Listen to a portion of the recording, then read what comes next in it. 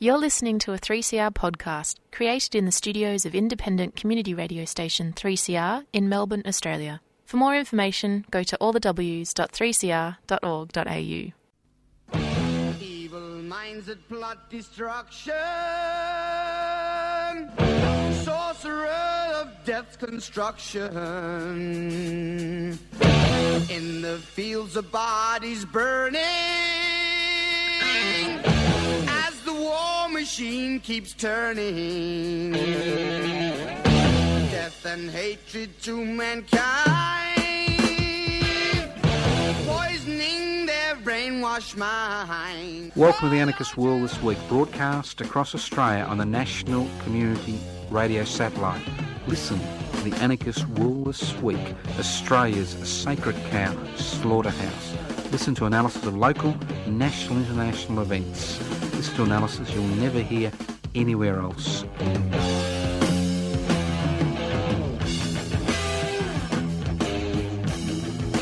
Welcome to the Anarchist World This Week. Yes, I am smiling, and I'm smiling because I can talk to you on the Anarchist World This Week, courtesy of the Community Radio Network. I can talk to you in every state in this country. I can talk to you courtesy of the World Wide Web. This program is streaming live on 3cr.org.au. The program is podcast. You can access the podcast by going to 3cr.org.au, and if you want to know where to send all your bouquets to, not your brickbats. I always think of bouquet, a Mrs. Bouquet in Keeping Up Appearances. So, well, there's plenty of places. We're everywhere. Just like your Father in the sky, I am everywhere. And my name's Joseph Toscano, but I don't promise eternal salvation. What I promise is hard work. And listening to the Anarchist World This Week is hard work, because what we attempt, and the key word is attempt, and many times we don't succeed and other times we succeed, is to present what's happening to you on a platter, so you don't have to get dirty listening to the garbage that I have to listen to all week in order to come up with these particular subjects during the Anarchist World This Week. So I am sacrificing my brain cells, my morals, my ethics by looking at the Murdoch media and Channel 9 media, and the rest goes on in order to spare you. But there is a price to pay, and that price is the fact that we expect you to become involved in activities to ensure what is occurring in this world today doesn't continue to occur. Remember, one day, this little person from a little church somewhere said slavery's a bad thing, while everybody else said slavery's a good thing. It's in the Bible. It's in the Quran. And they said no, and they began a little campaign, and 300 years later, there is still slavery, but not as part and parcel of so-called civilised society. So change can come. And if you're wondering why I use the term anarchism, well, it's very simple. The term means without rulers. It doesn't mean without rules, as we're led to believe. It means without rulers. And what is the problem with having rulers? Well, it's inequalities in power and wealth, which create most of the problems that we face as individuals, as communities, as regions, as nation-states, and on a global scale. It's inequalities in power and wealth. And the anarchist struggle is the struggle to share power, devolve power, possibly through direct democratic concepts. There are other concepts by which you can share power, and to hold wealth in common and use it for the common good.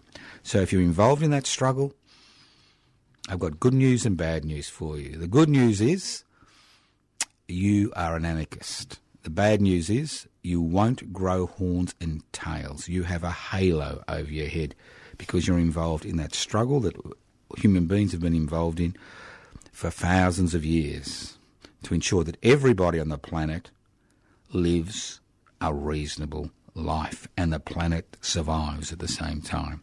Now, I'd like to start off the program after the sermon talking about trickle-down economics, but I don't use the word trickle because, with trickle-down economics, at least you get a little bit of water on your dusty face and you feel a little bit better, but I'm talking about the death of trickle-down economics. Now, whether you know it or not, over the last 4 decades, we have been the victims of an economic experiment. Forget about COVID-19, forget about vaccination. If you really want to know about experiments that affect billions of people, let's look at trickle-down economics, commonly known as trickle-down economics. It's a very simple concept which was pushed to the front of the economic theories by Reagan and Thatcher in the Western world, and was taken up by the Chinese Communist Party, the Russian Communist Party, and the list goes on and on. It's a very simple concept. And the concept is this, that if you reduce taxes for the individual and corporations, they'll have more money to invest in the economy.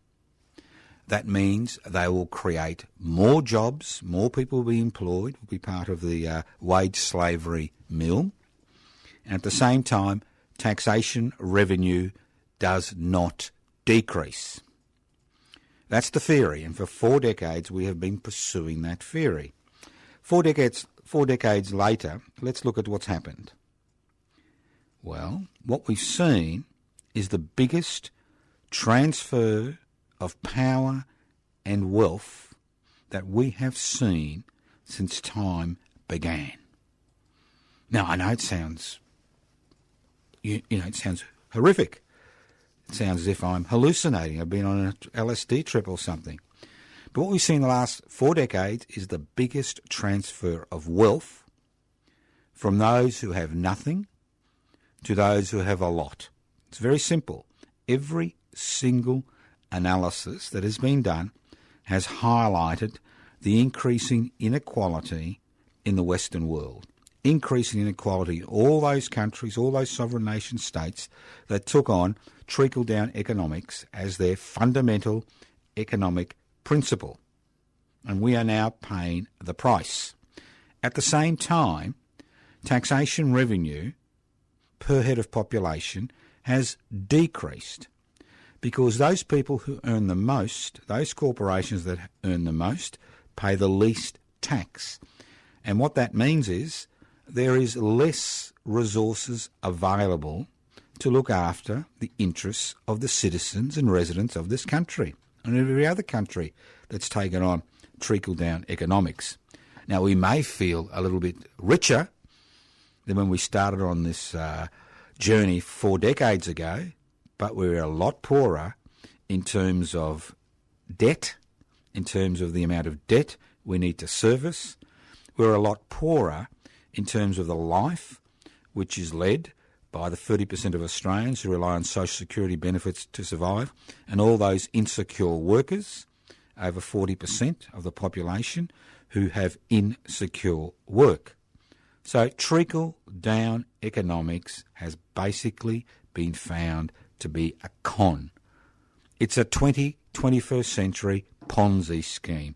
It's a Ponzi scheme for the rich, where we've seen wealth removed from almost every layer of society, ending up in the pockets of the investment class, which makes up about 8% of this country's population, those people with disposable income at the end of the day, who can take advantage of this country's investment-friendly laws to invest, and also it's bloated the pockets of the Forrests, the Reinhardts, the Murdochs, and the list goes on and on, of the world, around the world. And when you think that 8 people own 40% of the resources on planet Earth, you know something has gone horribly wrong. So obviously, now that people have realised, and one good thing about COVID-19, and there are good things about COVID-19, but one good thing is the fact that people have realised that trickle-down economics was a farce. It was a con. It was a Ponzi scheme, and it does not benefit the majority of the population. Let's move on. So what does that mean? Now, Mr. Frydenberg, our lovely treasurer, our wonderful treasurer, that's federal treasurer, has got a problem. He needs to do more for less as the population ages and as the cheap labour sources that we relied on from overseas dry up because of COVID-19. So we need to do more for less. The government needs to do more for less because as the population ages, the responsibility for servicing the COVID-19 debt and the responsibility for providing services to an ageing population increases on pay-as-you-earn taxpayers. And it increases on pay-as-you-earn taxpayers for one very simple reason, because we do not own the resources in this country. What we have done is we have turned over our natural resources to private companies and individuals and corporations whose responsibility is to maximise profits for themselves at the expense of the community. And we have relied on individual taxation, not corporate taxation. Don't forget that almost 70% of every tax dollar that goes into the Commonwealth coffers, into the Treasury, comes from individuals paying tax. It does not come from corporate taxation, because most corporations can use the loopholes in current legislation to legally avoid paying tax. It's that simple. That simple. So what does the Treasurer have to do?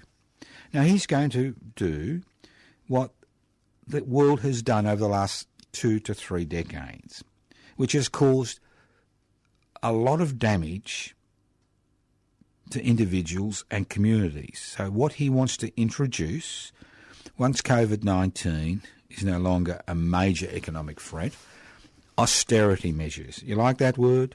We are going to reintroduce austerity economics, another economic theory which has been shown to do the very opposite of what it says it's going to do. And austerity economics means that you remove government services. And we've seen this to a significant degree over the last, 40 to 50 years, where it's those people who rely on government support through a social security net. It is these people who will be hit the hardest in terms of the services they are able to access. That's what austerity economics is about. It's about increasing poverty in the community. It's about decreasing options for people in the community. It's about ensuring that the 1% who own the means of production, distribution, exchange and communication continue to dominate life on this planet and in this country. And not just economically, but culturally, socially, environmentally, because it's all interlinked. Totally interlinked. So here we have the death of trickle-down economics, and at the same time, Mr. Frydenberg, the Coalition's Treasurer, is talking about placing austerity economics back on the national agenda. Now, you may say to me, look, Joe, this is all highfalutin stuff. What's it got to do with me? What's it got to do with me? What's it got to do with me? What's it got to do with my family? What's this all about? What's it got to do with you? What's it got to do with me and you? And the issue is, it's got a lot to do with you, because the way you are currently living is totally dependent on implementation of economic theory. Whether you're on a social security benefit, whether you're a small business, whether you're a corporation, whether you're a wage earner, is all dependent how you survive, how you live, on the type of economic theory. And these are theories. These are not laws which are written in stone. Economics is not about 10 commandments written in stone, taken down from the mountain. These are theories. And these theories, when they're implemented have impacts on the lives of hundreds of millions, if not billions of people. We saw that in India recently, where the government was attempting to globalise agriculture in India. And over 1/3 of Indians still continue to rely on agriculture in order to survive. And that would have meant, and that legislation has gone through, was being pushed back currently because of widespread dissatisfaction and widespread protests, that would have meant the lives of hundreds of millions of Indians would be negatively impacted. So these are theories. So why do particular governments push particular theories? Why do opposition parties push particular economic theories? And it's very simple. They push the economic theories which benefit those people who pull the levers of power. Now, our parliamentary puppets, to a significant degree, do the bidding of the 1% of the population that owns the means of production, distribution, exchange and communication. Because if they don't do their bidding, they may find their chances of being re-elected are minimised, become minimal, become non-existent because of the concerted propaganda efforts from this section of society which has the resources and the communication network in order to marginalise any political group which attempts to question dominant economic ideology and dominant economic theory. But the fact is, we can challenge it. And that's what the anarchist world is about. That's what this is about. Anarchist World this week is about this. It's about letting people know that ultimately political authority, economic authority, social authority, cultural authority, environmental authority in a democratic society lies in the hands of the people. It doesn't lie in the hands of the government of the day. It doesn't lie in the hands of the 1% that own the means of production, distribution, exchange and communication. It doesn't lie in the hands of the Australian Defence Forces. It doesn't lie in the hands of the government or the Constitution. It ultimately lies in the hands of the people. And while we are willing to accept these theories and allow governments to implement these theories by dividing us, then we deserve what we have. Because the human history, is a history of resistance. I'll give you an example, and I've given this example ad nauseum, but I'll give it again. During the 19th century, the state had one function only, and that function was to ensure that those people who exercise power continued to exercise power, democratic elections or no democratic elections. That was the function of the state. The state was not interested in the welfare of its citizens. It had no interest in them. None whatsoever. No legal responsibility, no social responsibility. And if you look at the situation that the Western world was living in at that particular point in time, it was a pathetic situation. Pathetic. Now, through struggle, through the deaths of hundreds of thousands, millions of people, through countless strikes, reform movements, occupations, revolutions, the state was forced to change to a significant degree. And we had the evolution of a state which had some responsibilities for its citizens. It had responsibilities in terms of providing essential infrastructure and essential services. And what we saw is the nationalisation of essential services, which means the state, through the taxpayer, which is you, funded essential services like electricity, gas, roads, and the list goes on, health, funded these services and provided these services to the community as a whole. Now, what we've seen over the last 40 years is a reversal of this trend, but I'll speak about that in a second. At the same time, the state was forced to take on responsibility for the welfare of its citizens through the creation of a social security net, through the creation of unemployment benefits, through the creation of disability support pensions, through the creation of single parents benefits. And let's not forget, it wasn't until the 1970s, when the Whitlam government came into power, that single mothers were actually able to access social security benefits in this country. So through struggle, we forced the state, at the same time that 1% that own the means of production, distribution, exchange and communication, to provide essential services and provide a social security net. Now this struggle continues, but over the last 40 years, during the period of so-called trickle-down economics and austerity economics, we have seen this equation turned on its head. 40 years ago, if you're an investor and you invested $1 and there was a profit made, you would receive about a third of that dollar back as your reward, and the workers who created that profit for you received about 2/3 of the dollar back, 66 cents in the dollar back. 40 years down the track, in 2021, when we think we're such a sophisticated society because we have social media, mobile phones, internet, podcasts, Instagram, Twitter, and the list goes on and on, it's been reversed. For every dollar an investor makes in profit, 66 cents goes to the investor, 33 cents goes to the person who's provided that service. And how's that occurred?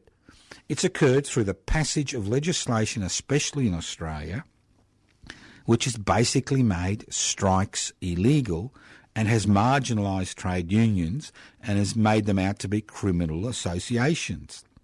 And if you think I'm exaggerating, if you go on a wildcat strike and you're involved in an occupation, you can be jailed up to 25 years under current legislation. And don't think they wouldn't do it. Don't think they wouldn't do it. And if you're a trade union, you can be bankrupted at any time. And I spoke about this last week. And if you want to go on strike, you cannot withdraw your labour outside an enterprise bargaining period. And during that period, you've got to jump through so many hoops, the possibility of you withdrawing your labour is minimal. And if you do withdraw your labour in a dispute which hasn't been sanctioned by the Fair Work Commission during a enterprise bargaining agreement period, you can be fined, the individual worker can be fined $10,000 a day. They're not interested in having martyrs in jails under which people can organise. They're not interested in creating martyrs. What they want is to bankrupt workers. They want to threaten workers' livelihoods, the livelihoods of not just them, but the people they support, their families. That's what that legislation was designed to do.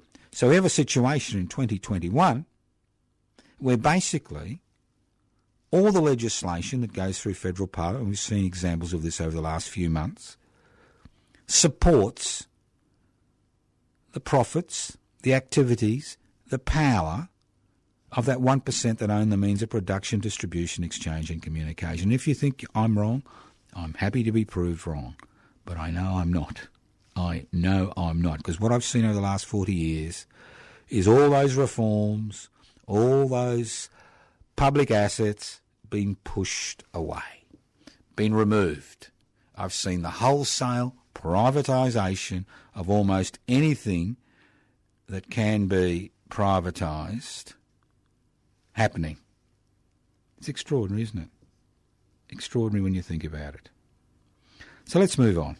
You listen to The Anarchist World This Week, broadcast across Australia via the Community Radio Network. This program is streaming live on 3cr.org.au. Now, Australia's a problem, like Canada, like the United States of America, all those settler societies, all those societies which evolved as a result of European colonisation, where, there were people living here, believe it or not.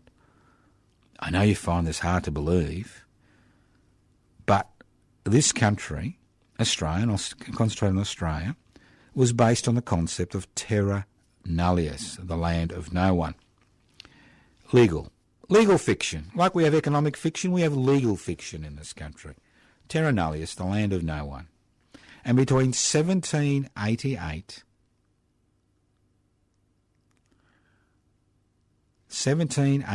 and 1992, that's over 200 years,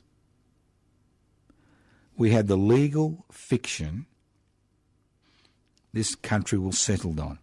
Now, the reality was that people had lived on this continent for over 60,000 years. They had and continue to have significant attachment to the land, their own laws, their own economic systems, their own ways of settling disputes, their own ways of surviving in an environment which can be particularly harsh in many parts of this country, which had evolved over 60,000 years. But we turned up on the 26th of January 1788 at Botany Bay and then moved into, Port Jackson, put up Queen Lizzie's flag, which has been put up in 1770 by Captain Cook, repainted the flag and said, this is our place. And with us, we brought disease. Now, if you think COVID-19 is an issue, if you look at the early accounts of colonisation, the impact that disease had on Indigenous people in this country and around the world where the settler societies expanded was extraordinary. In some parts of Australia, over 90% of the Indigenous population died of measles, smallpox, diphtheria, all diseases they'd been protected from, years before they saw a white face finish the job, take their lands. But we were on safe ground. We were on safe ground as a people. The legal fiction of terra nullius existed because people didn't see cities. No treaty was ever entered into any of the 220 plus independent, sovereign, Aboriginal and Torres Strait Islander nation states which existed on this continent for thousands of years. We just took it. We liked it. We took it. That's right. Not only did we take it, we got rid of the original inhabitants.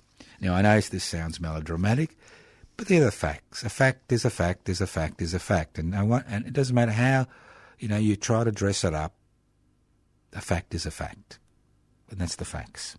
But in 1992, on the 3rd of June 1992, after a 10-year case that had gone through the courts, 10-year case through the Queensland courts and eventually into the High Court of Australia, in what is termed the Mabo case, where 3 respondents from Mur in the Torres Strait brought a case which was based on traditional ownership boundaries, brought a case to the High Court, and the High Court found that Indigenous Australians had legal rights to land in this country because of the prior occupation of this country by them. Now, obviously, there were little asterisks here and there. The fact that it had to be continuous, the fact that had it been removed because people had been destroyed. Did the remnants of particular groups have any say? But the kernel of the decision was that terra nullius was a legal lie. It was fiction. Like trickle-down economics and austerity economics, it was a theory. It was fiction. It had nothing to do with reality. And for far too long, Australians have refused to acknowledge the length and breadth of the Mabo decision. Now, the Mabo decision opened the gates to treaty negotiations, opened the gates to compensation. It opened many gates. It wasn't a perfect judgment, but it was the judgment which allowed the current debates to occur. Now, here in Melbourne, we were going to mark Mabo Day on the 3rd of June because of COVID-19 restrictions. We were not able to do that. We will be marking Mabo Day next Thursday, the 8th of July, and we will be gathering, whether it's a group of 3 or 30 or 300 or 50 or whatever, will be gathering at the base of the flagpoles in Federation Square at midday. We'll be gone by 1, but we'll be there at midday to mark Mabo Day during NAIDOC Week. NAIDOC Week, the National Aboriginal and Islander Day of Observance Committee Week, which has been established by Indigenous people to highlight their continued existence on this planet, on this continent, and their continued struggle for justice. So it's come and join us. Simple ceremony, nothing spectacular. 12 o'clock this Thursday, Federation Square, next to the flagpoles. They're right at the front of Federation Square. There's a lot of bunting around Federation Square currently. There's a lot of works going on, but you can come in, turn left, and there it is. We'll be starting at midday sharp, so you're all welcome. But what I'm saying to you is, look at this country's history, because facts, whether they're unpalatable or not, are facts. It's that simple. Facts are facts are facts are facts are facts. Let's move on to another fact. Now again, this is Victorian-centric, and maybe in other parts of Australia, your situation is a little bit better. And it is a little bit better in many parts of Australia, and I'm talking about public housing. Now, the Victorian state government, the Labor state government, and previously the Liberal state government, has been hell-bent on privatising the public housing sector. Hell-bent. And it was interesting to see the current minister, who's responsible for public housing, I think it's Mr Wynne, the minister, the member for Richmond, a bloke who should find himself out on his arse at the next state election because of the lies they continue to peddle. That's the government continues to peddle regarding public housing. Now, one of those press releases, media releases, came out 24 hours ago, which said, "What nice people we are.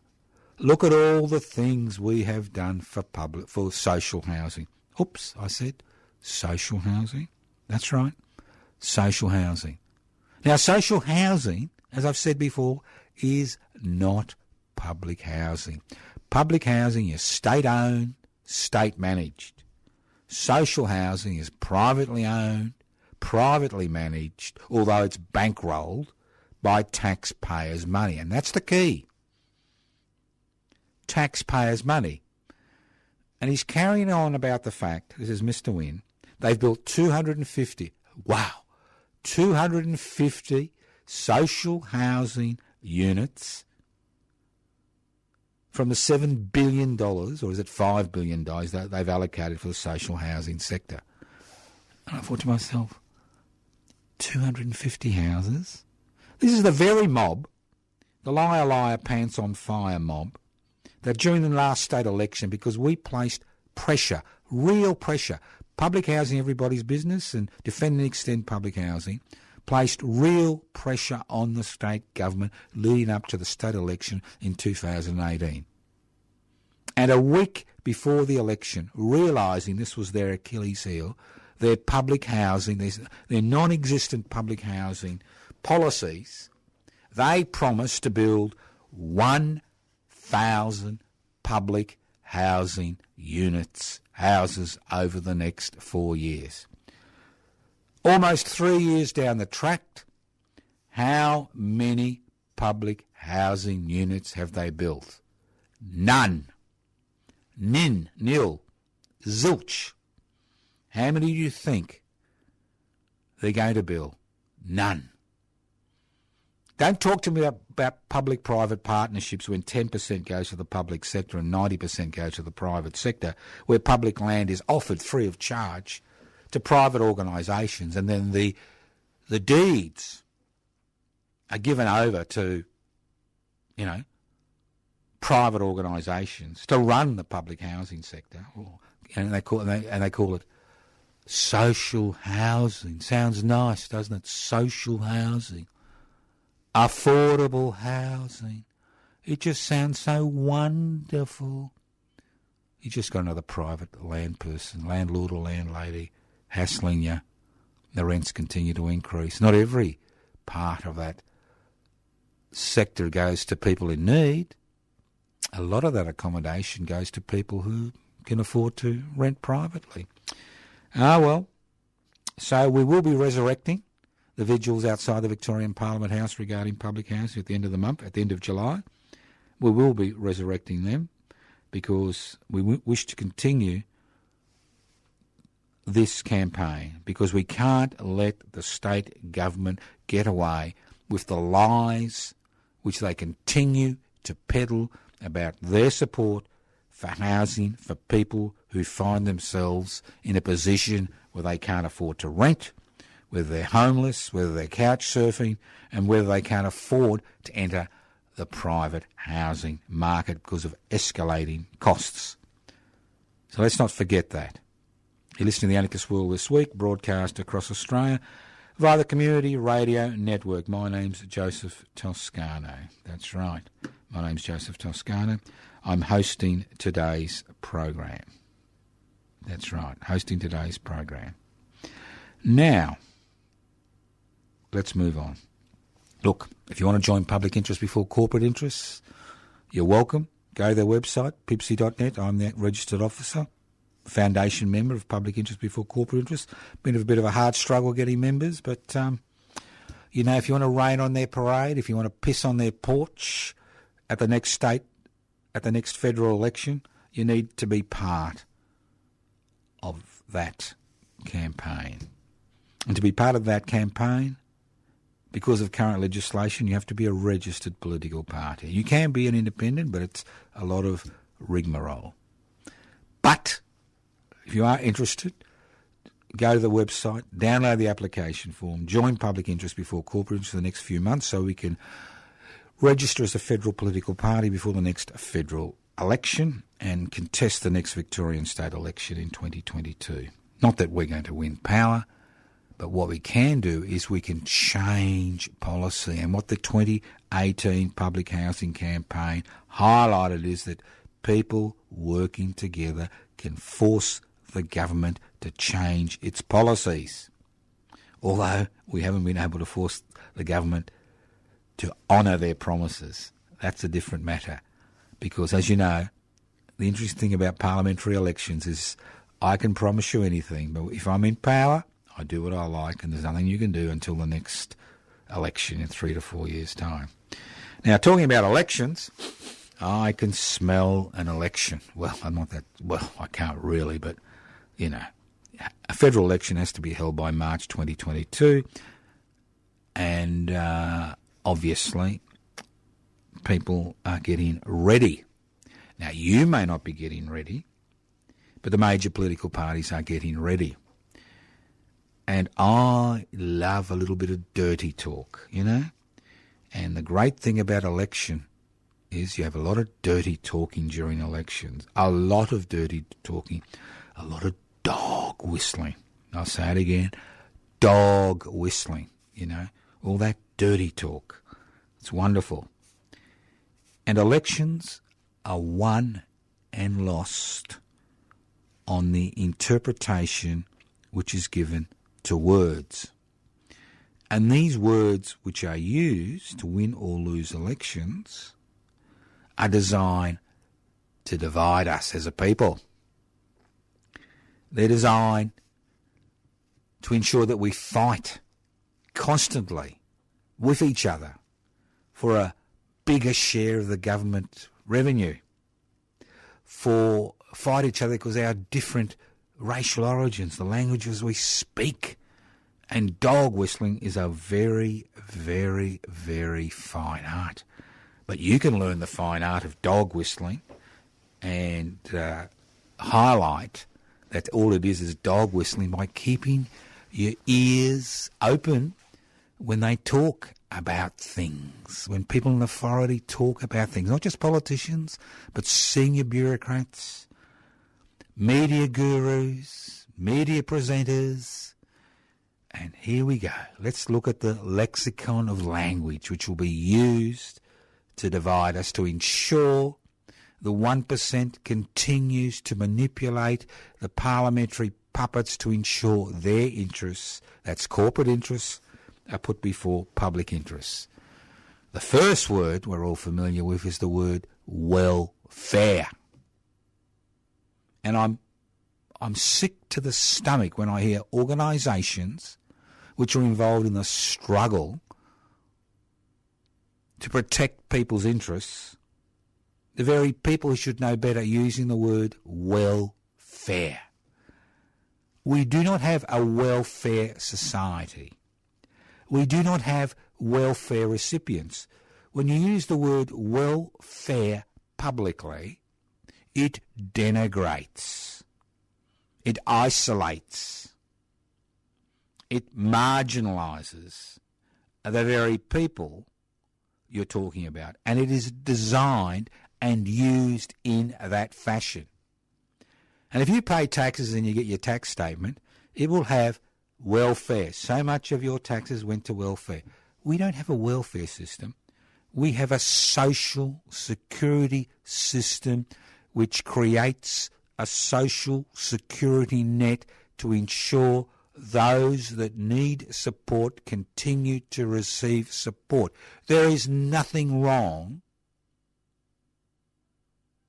with asking for support when you find yourself in a difficult situation, unless you've got a rich mummy and daddy or tons of money in the bank. Most of us will find ourselves needing some type of social security support during our life. If anybody uses the word welfare, pull them up, because it is designed to denigrate the whole concept of providing a safety net, a social security safety net for people. The next word which they'll use is customers. Customers. When you interact with a government department, you are a customer. You're not a customer. You're a citizen or a permanent resident, or an asylum seeker or a refugee. You are not a customer.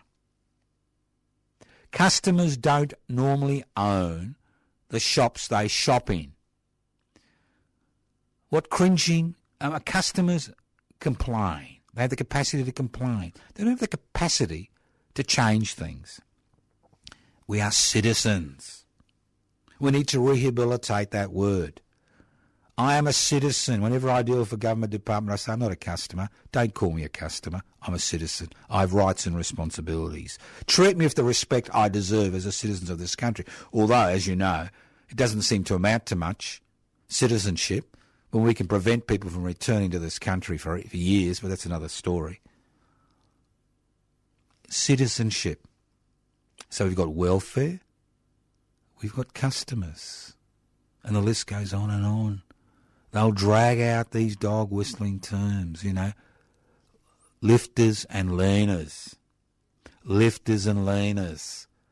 The rich are the lifters, the leaners are the poor. How pathetic.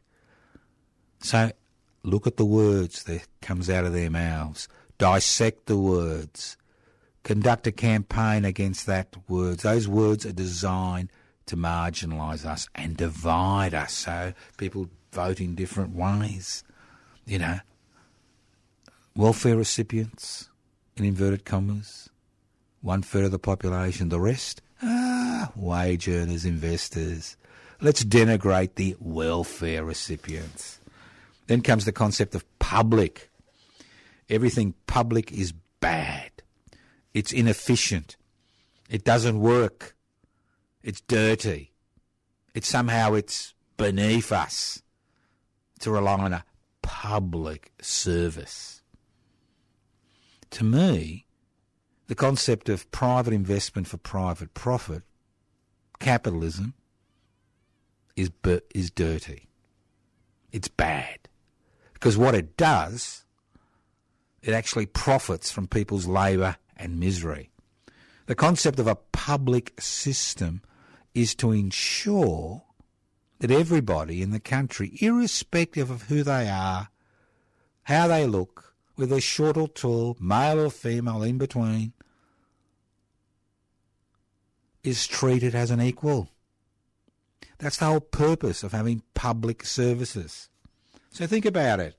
I think every week from now to the federal election we'll look at a few other words, and if you've got any particular words you'd like me to look at, I'm happy to look at them. All right, let's move on. This is the Anarchist World This Week, broadcast across Australia via the Community Radio Network. I don't know. Federal government concerned. It's concerned about charities, coalition government. There are about 50,000 charities in the country. Most of them toe the line. You know, they rely on government grants. They rely on, government contracts to survive and prosper. There are some charities which are multi-billion-dollar industries courtesy of federal government grants and contracts. And when you sign a contract which says your employees cannot criticise that particular facet. And we saw that with the robo-debt fiasco when the government was acting totally illegally and stealing money off people and driving people to suicide. And all the so-called charities which were administering the system didn't speak up against it. All the charities you'd expect to speak up against, the big ones, the multi-billion-dollar ones, shut their mouths. It's the same goes with those job agencies, and most of them are, charity-based. Well, there are some charities out there which don't rely on government money. And they open their mouths. They organise actions against government policies. They attempt to change government policy by mobilising people. I know, it's terrible, isn't it? You got charities which understand that fundamental principle of life. As a charity, you can affect the lives of a small number of people. But if you can change government policy through action, you can change the lives of the country as a whole. And that's the difference between those charities which are businesses which rely on government contracts and those charities which fund themselves, don't rely on government money and have the capacity to open their mouths and organise against the government. Whether it's an environmental group, whether it's a group like a community radio station, which may benefit from tax deductibility. If people donate to keep that community radio station going, the government wants to ensure that it has the power to remove groups from the charity register and remove their tax deductibility. So it wants to control the message. I mean, the Chinese Communist Party, especially the Hong Kong division, will be very proud of the current slew of legislation and regulations which are in the wing regarding muzzling the ability of non-government funded charities from speaking their mind on behalf of the people they have been organised to support and represent. You're listening to the Anarchist World This Week, broadcast across Australia via the Community Radio Network. Now, I do like to have a bit of fun, but unfortunately this isn't very funny. Barnaby Joyce is now the Deputy Prime Minister. Those empty heads that represent regional Australia, the National Party, are back. Not the sensible ones, but those that are basically the servants of the resources industry. And nothing highlights this more than the fact that the water portfolio, which is fundamental to farming, and I've been farming for many, many years. I mean, I started my life as a farmer, not as a doctor. Water is fundamental to growing anything, is now not part of the cabinet. Because Mr. Joyce wanted to put his funny people back into positions of authority in this country. Bridget's back, yes, Bridget McKenzie, the sports rorts person, back. They're all back. They're all back. There they are, saying they're fighting for regional Australia. Nothing more transparent. Naked ambition which has nothing to do with governing people. So if you find yourself living in a National Party electorate, now is the time to start organising independents to stand against the incumbent members. And there's 21 of them. Because this small rump, which gets about 4 to 5% of the vote every year, has a fundamental impact on environmental policies, social security policies, infrastructure policies, a fundamental impact. And when you get people of the calibre of Barnaby and Bridget in positions of authority in the National Cabinet, you understand that we need to resist this push as much as possible. Not that if you don't live in a National Party electorate, there's not much you can do about it except laugh or cry, depending on how you feel in the day. But if you do live in a National Party electorate, now is the time. A slew of independent candidates can change the result in a number of those electorates. Think about it. As I said before, the only thing they care about is they don't care if you march till your feet blister. They don't care if you occupy your factory, unless it's a mass occupation across the country. Then they care a lot and bring out the army. They don't care if you don't vote or you vote informal. They don't care. But they do care if you piss on their doorstep, because the stench has an impact on them. So it's important, and we have seen it in the seat of Indi in Victoria, that local candidates can overturn National Party candidates. Think about it. Rail on their parade, piss on their doorstep, cause them a stink, give them a hard time. And if we were registered as a political party, that's public interest before corporate interest, we could put candidates in all those elections and have an impact on the final outcome. Now, last but not least, the COVID-19 gobsmacking incompetence. I despair. I mean, I've been a doctor for over almost 45 years. I despair. I despair when we go into lockdown. And this country is in 60 to 70% of the country is in lockdown as I speak. I despair. And I despair when I see a program which could end lockdowns, which is a mass vaccination program, be so poorly administered. I despair when we don't have a centre for disease control. I despair when we don't have purpose-fit quarantine facilities built around this country 15 months after the pandemic began. I despair. And for a significant reason, this desperation is based on the incompetence, total incompetence of a federal government that cannot even implement the most basic services and needs to call in the army to try to coordinate what should be an easily implemented Commonwealth responsibility. So, you want to end COVID-19?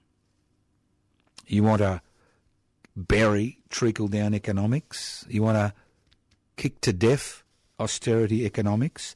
You want to send Joyce and Bridget back to the dark ages? Join public interest before corporate interests. Download the application form pipsy.net. Interested in public housing? Go to our Facebook pages. Public Housing Everybody's Business. Defend and extend public housing. You can leave messages on 0439 395 489. I'm quite happy to send you out some application forms for public interest before corporate interest. Don't forget the cancelled, rescheduled Mabo Day in Melbourne on the 8th of July, midday. You can write to us at Post Office Box 20, Parkville 3052. YouTube, public interest before corporate interests, Instagram, and the list goes on and on and on and on. Ultimately, it's up to you. Just don't listen to the Anarchist World this week. Do something about it. Do it now. Evil minds that plot destruction, sorcerer of death's construction. An analysis you'll never hear anywhere else. Anarchist World this week. Australia's sacred cow slaughterhouse. 10 a.m. every Wednesday. Listen to the Anarchist World this week for an up-to-date analysis of local, national and international events. Poisoning their brainwashed minds. Oh, Lord, yeah.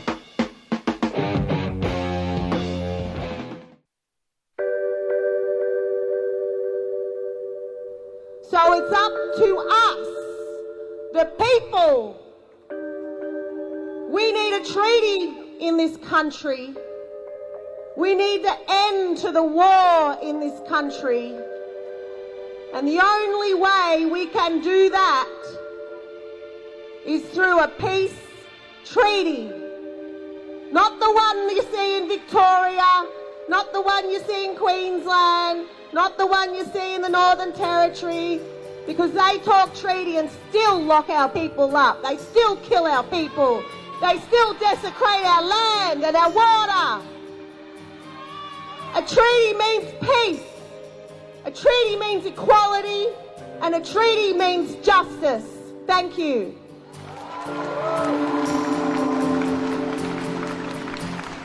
Subscribe to 3CR in 2021. Feed Radical Radio. Subscribe today. Go to 3cr.org.au/subscribe or call the station on 94198377.